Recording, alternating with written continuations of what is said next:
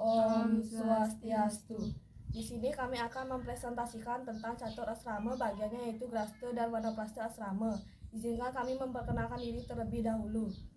Perkenalkan, nama saya Dewa Yusri Herawati, nomor absen 1. Perkenalkan, nama saya Gusti Ayu Sri Pranya Putri, nomor 3. Perkenalkan, nama saya Komangayu Widiantari, nomor absen 17.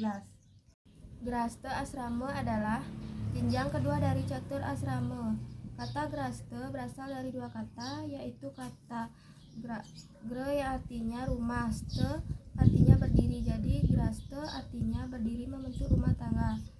Dalam rumah tangga ini harus mampu seiring dan sejalan untuk membina hubungan atas dasar saling cinta mencintai dan ketulusan. Masa graste asrama hendaknya dibangun mulai dari brahmacari asrama.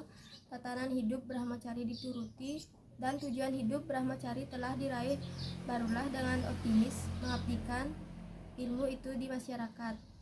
Dengan pengabdian itu kita mencapai bekal hidup. Dengan bekal hidup inilah kita optimis membangun rumah tangga. Maka dari itu brahmacari asrama adalah dasar hidup dari graste asrama. Setelah memasuki tingkat hidup graste, bukan berarti masa belajar atau menuntut ilmu itu berakhir sampai di situ saja. Belajar tidak mengenal batas usia. Belajar berlangsung selama hayat di kandung badan. Maka orang mengatakan masa muda adalah masa belajar. Hal ini mengandung arti bahwa tidak ada istilah tua dalam hal belajar, karena ilmu pengetahuan itu sifatnya berkembang terus. Ilmu yang didapatkan dalam jenjang brahmacari itu lebih diperdalam serta ditingkatkan lagi setelah menginjak hidup berumah tangga graste.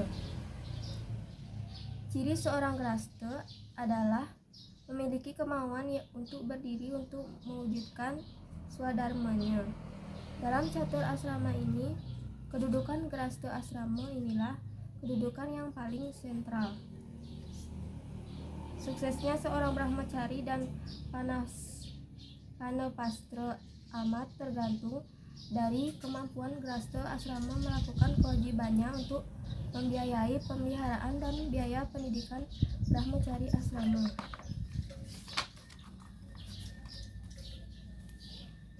Graste asrama atau pernikahan pada hakikatnya adalah suatu yajna guna memberikan kesempatan kepada leluhur atau jiwa-jiwa yang lain untuk menjelma kembali dalam rangka memperbaiki karmanya. Dalam kitab suci Saras Muscaya sloka 2 disebutkan Risakwening sarwa buta iking jadma wang juga wenang gumawekenkang asuba karma kunang pane tasakena ring suba karma juga ikang asuba karma pahalaning dadiwang. Artinya, dari demikian banyaknya semua makhluk hidup yang dilahirkan sebagai manusia itu saja yang dapat berbuat baik atau buruk. Adapun kewajiban-kewajiban orang yang sudah berumah tangga yaitu melanjutkan keturunan, membina rumah tangga, bermasyarakat, dan melakukan pancayatnya. Kewajiban suami. Menurut kitab suci Hindu Weda Smriti, seorang suami berkewajiban pertama, melindungi istri dan anak-anaknya. Ia harus mengawinkan anaknya kalau sudah waktunya. Kedua, menugaskan istrinya untuk mengurus rumah tangga, dan urusan agama dalam rumah tangga ditanggung bersama. Ketiga, menjamin hidup dengan memberi nafkah kepada istrinya bila akan pergi ke luar daerah. 4. Memelihara hubungan kesucian dengan istri, saling mempercayai, memupuk rasa cinta dan kasih sayang, serta jujur lahir batin. Suka dan duka dalam rumah tangga ditanggung bersama sehingga terjaminnya kerukunan dan keharmonisan. 5. Menggauli istrinya dan mengusahakan agar tidak terjadi perceraian dan masing-masing tidak melanggar kesucian. Yang terakhir, tidak merendahkan martabat istri. Janganlah terlalu cemburuan yang menyebabkan timbulnya percecokan dan perceraian dalam keluarga. Kewajiban istri. 1. Sebagai seorang istri dan sebagai seorang wanita hendaknya selalu berusaha tidak bertindak sendiri. Setiap rencana yang akan dibuat harus dimusyawarahkan terlebih dahulu dengan suami. Kedua, istri harus pandai membawa diri dan pandai pula mengatur dan memelihara rumah tangga supaya baik dan ekonomis. 3. Istri harus setia pada suami dan pandai meladeni suami dengan hati yang tulus ikhlas serta menyenangkan. 4. Istri harus mengendalikan pikiran, perkataan, dan tingkah laku dengan selalu berpedoman pada susila. Ia harus dapat menjaga kehormatan dan martabat suaminya. 5. Istri harus dapat memelihara rumah tangga, pandai menerima tamu dan meladeni dengan sebaik-baiknya. Istri harus setia dan jujur pada suami dan tidak berhati dua. 6. Hemat cermat dalam menggunakan harta kekayaan, tidak berfoya-foya dan boros.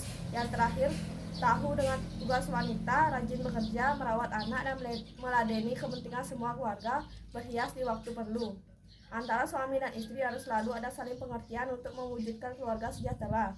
Sebagai seorang suami dan istri harus tetap ingat melaksanakan kewajiban dengan penuh kesadaran sebagai anggota atau kepala rumah tangga sehingga dapat terciptanya keharmonisan dalam keluarga. Yang kedua, warna prasta asrama.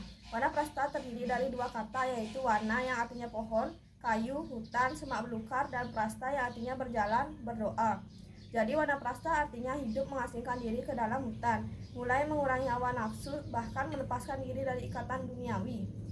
Manfaat menjalani jenjang warna prasta dalam kehidupan ini antara lain: 1. Untuk mencapai ketenangan rohani.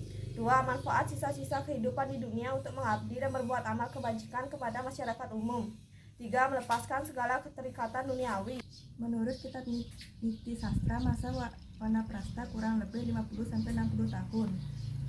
Yang lebih baik untuk memulai menempuh hidup sebagai warna prasta adalah setelah berusia kurang lebih 60 tahun ke atas, karena pada usia seperti itu anak-anak sudah dapat hidup mandiri. Bagi seorang pegawai negeri, ia sudah pensiun sehingga ia sudah lepas dari bebas tugas dinasnya. Warna prasta tidaklah diartikan sebagai meninggalkan rumah lalu pergi menyepi ke hutan untuk bertapa, tetapi warna prasta dimaknai sebagai hidup yang hening dan suci, sedikit demi sedikit melepaskan diri dari ikatan keduniawian dan menguatkan pengendalian diri berdasarkan ajaran agama Hindu. Adapun ciri-ciri orang yang telah dapat masuk tahap warna prasta ini adalah usia yang sudah lanjut, mempunyai banyak pengalaman hidup, mampu mengatasi gelombang pahit getirnya kehidupan, serta mempunyai kebijaksanaan yang dilandasi oleh ajaran agama dan ilmu pengetahuan, telah memiliki keturunan atau generasi lanjutan yang sudah mapan dan mampu hidup mandiri, serta tidak bergantung pada orang tua baik di bidang ekonomi maupun yang lainnya. Arte dan kamu hendaknya kita mulai mengurangi berkonsentrasi dalam spiritual, mencari ketenangan batin dan lebih mendekatkan diri kepada ide Sang Yang Widi. Tujuan hidup pada masa ini adalah persiapan mental dan fisik untuk dapat menyatu dengan Tuhan, sehingga tujuan hidup ini diprioritaskan kepada kamu dan moksha. Sekian dari presentasi kami ucapkan terima kasih. Om Santi Santi Santi Om.